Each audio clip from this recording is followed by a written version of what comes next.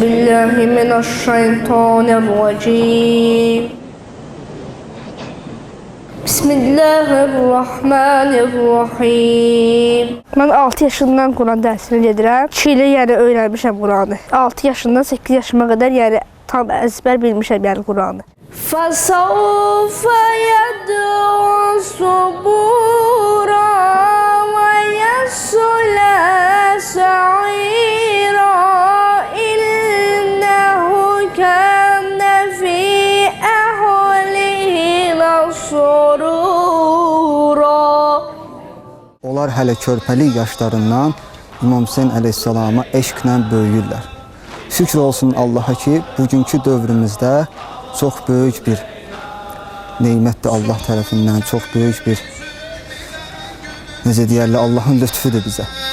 Bu zəhri tabi qoymadı dəxi bədəndə, dilüdə havlə qandolu nəfəs çəkəndə, dur bax bu halə, nə növ zillət verib bu zarə.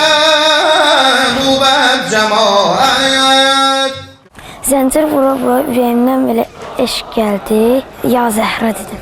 Ey su üstündə düşən zülm ilə sağ konsolu, ey su üstündə düşən zülm ilə sağ konsolu, dinə ehqa eləyən səncidə bir qolu, hamımız mübtəla, aşığı Kərbəla, ya Əbəlfəz. Hələ uşaq vaxtından eşitmişəm, görmüşəm.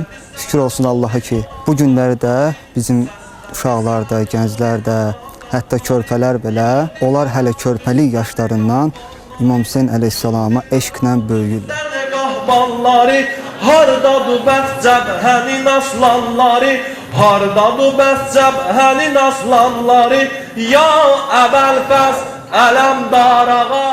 Biz bunu deyirik ki, eşq ilə qışqır, eşq ilə vurun, sinəyə deyirik də, hamıslarda bəkörü sonra sinəni.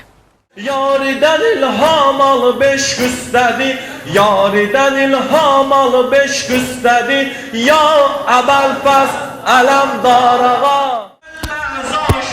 Hüseynin sevgisini bu bəstinizdə saxlayır. Səsləyər, bu zəncilər bunu deyər, ölürəm sənsiz ağam, ölürəm sənsiz. Ölməz aşıq Hüseynlər, aşıq Əbbasi səsləyər, bu zəncilər bunu deyər, ölürəm sənsiz ağam, ölürəm sənsiz. Sensiz öləm inan inan, sensiz dünya yalan yalan, ey dünyada mənə qalan, ölürəm sensiz.